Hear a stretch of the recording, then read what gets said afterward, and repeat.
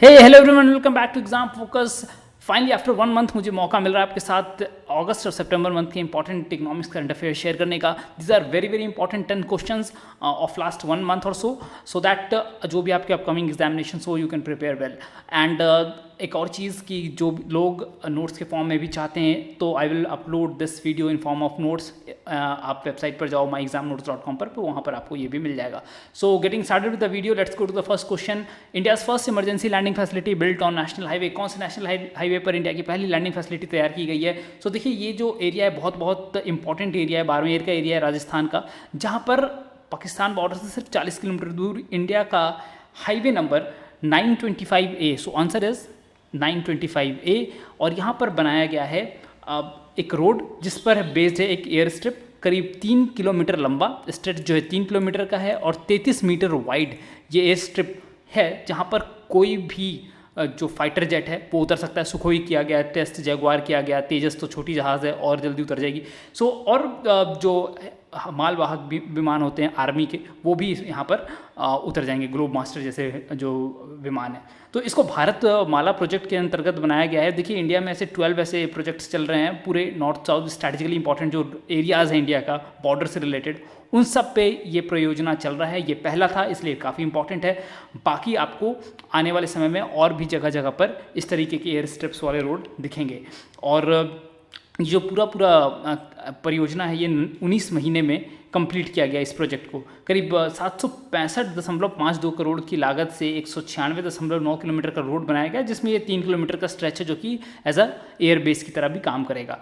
ठीक है। और ये जो आप एरिया देख रहे हैं साइड में, जो एयर स्ट्रिप के बगल में जो एरिया है, वहाँ पर फ्लाइट्स की पार्किंग फैसिलिटी भी बनाई गई है और एयर ट्रैफिक कंट्रोल सिस्टम भी यहाँ पर बनाया गया है। So this is all about and very very important strategically defence point of view से भी ये इंपॉर्टेंट क्वेश्चन आ सकता है।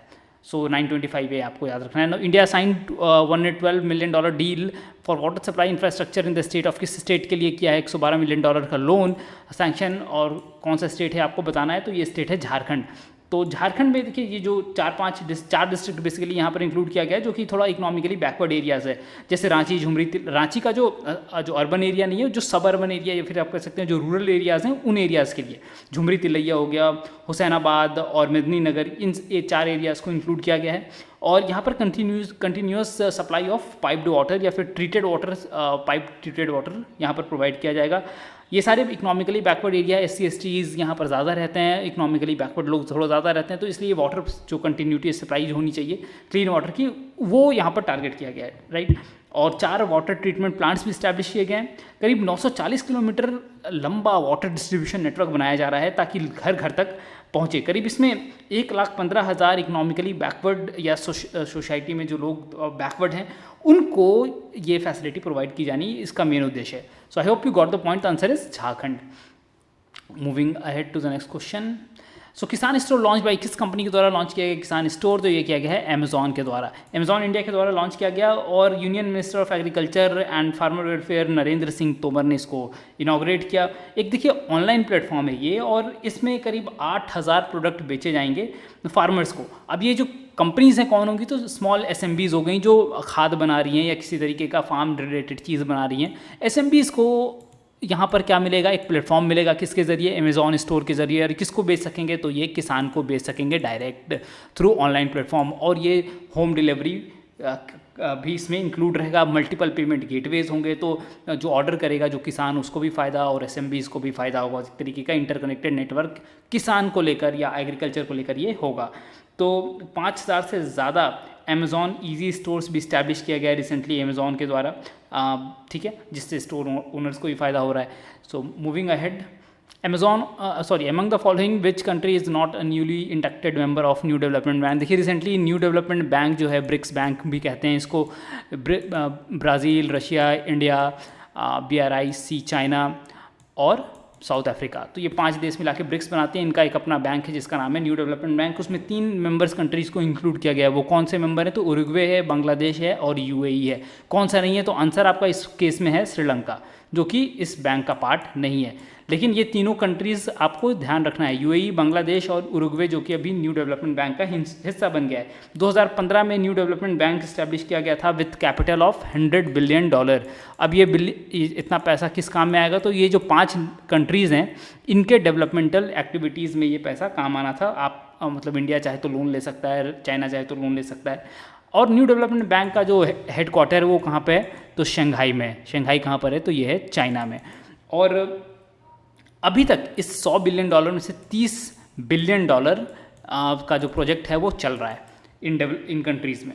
और ये बेसिकली देखिए इन्वायरमेंट, सैनिटेशन, ट्रांसपोर्ट, इंफ्रास्ट्रक्चर जैसी चीज़ों के लिए भी ये पैसा मुहैया कराया जाता है कंट्रीज़ को। तो अब ये 3 कंट्री भी पार्ट होंगे। Now PayU acquired digital payment provider worth rupees $4.7 billion, one of the largest deal है ये अगर फिनटेक सेक्टर की बात करें तो। इसलिए आपको ये क्वेश्चन जानना इकोनॉमिक एस्पेक्ट से ज़रूरी है। बिल्डेस्क इंडियन कंपनी है जिसको एक्वायर किया है PayU ने, तो आंसर इज बिल्डेस्क। और अब चलते हैं नेक्स्ट क्वेश्चन की तरफ। Recently India overtook which country to become the second most attractive manufacturing hub? India world का second most attractive manufacturing hub बन गया है। पहला कौन सा है? पहला पोजीशन अभी भी किसके पास है? चाइना के पास। China is the most liquidative market when it comes to manufacturing. और तीसरा इंडिया ने यूएसए को पीछे कर दिया है। तो सेकंड पे है, sorry this is first, this is third and India है सेकंड पे। तो इंडिया ने किसको पीछे किया? यूएसए को पीछे किया। अब यहाँ पर इंपॉर्टेंट बात कि क्यों हुआ ये, देखिए अभी जो कोरोना वायरस का आउटब्रेक हुआ या जो यूएस और चाइना का जो वॉर चल रहा था, कोल्ड वॉर चल रहा था, उसमें इंडिया को फ़ायदा हुआ और बहुत सारे एशियन कंट्रीज़ को भी फ़ायदा हुआ, क्योंकि बहुत सारी कंपनीज़ ने अपना मैन्युफैक्चरिंग यूनिट चाइना से हटाकर अलग अलग एशियन कंट्रीज़ में, जहाँ पे उनको लगा कि टैक्स कम है, बेनिफिट ज़्यादा है, वहाँ लग दिया। और उनमें से इंडिया भी एक इम्पॉर्टेंट मार्केट था। तो बहुत सारी कंपनी स्विच करी हैं मैन्युफैक्चरिंग रिलेटेड।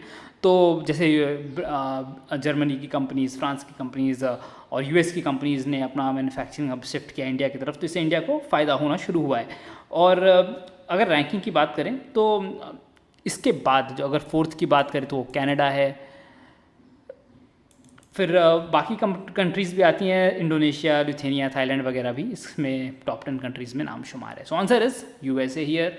और आपको याद रखना है इंडिया का रैंक है सेकंड, चाइना अभी भी नंबर 1 पे है। 25 megawatt floating solar photovoltaic project by NTPC commission इन, तो कहाँ पर एनटीपीसी के द्वारा कमीशन गया है? 25 मेगावाट का फ्लोटिंग सोलर प्लांट, तो ये किया गया है आंध्र प्रदेश के विशाखापट्टनम में। आंसर इज विशाखापट्टनम, उसी का आप देख पा रहे हैं, ये एक फ्लोटिंग प्लांट है। और ये एक देखिए एक रिजर्वॉयर था समहाद्री थर्मल पावर स्टेशन के पास में, और उसी के पास ये रिजर्वॉयर पे एक फ्लोटिंग थर्मल पावर प्लांट को I mean floating solar photovoltaic project को लॉन्च किया गया है।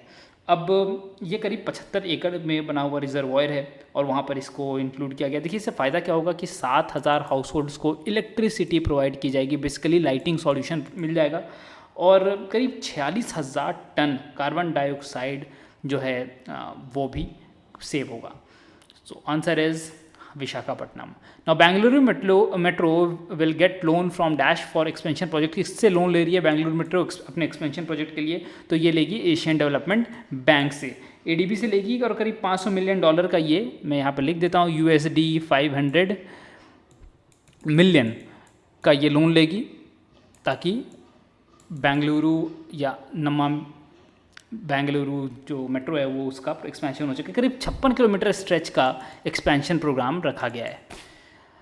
Moving ahead to the next question, which what amount has been allocated for Gati Shakti initiative? देखिए गति शक्ति इनिशिएटिव प्रधानमंत्री गति शक्ति इनिशिएटिव के नाम से भी जाना जाता है, और इसके लिए गवर्नमेंट ने करीब 100 लाख करोड़ रुपए इन्वेस्ट करने का वादा करा है। और इसमें होगा क्या कि इससे मैन्युफैक्चरिंग और एक्सपोर्ट पर ध्यान देने की बात की गई है। तो मैन्युफैक्चरिंग और एक्सपोर्ट, अब प्रधानमंत्री का विजन है कि इंडिया को अगर आगे बढ़ना है या फिर उसकी जीडीपी एक तेज़ रफ्तार से ऊपर जानी चाहिए, तो वो उसमें सबसे बड़ा इंपॉर्टेंट रोल किसका होगा? तो एक्सपोर्ट का होगा। ज़्यादा मैन्युफैक्चर होगा, हम ज़्यादा एक्सपोर्ट करेंगे।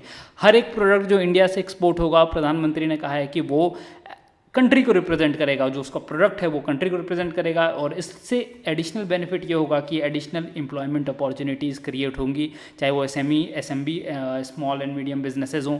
तो इस तरीके से इसके लिए गति शक्ति, आप देखिए ना कि मुझे लगता है कि ये जो मेक इन इंडिया प्रोजेक्ट है उसके कारण इंडिया का जो मैन्युफैक्चरिंग कैपेबिलिटीज़ है वो काफ़ी बढ़ता हुआ अब दिखना शुरू हुआ है.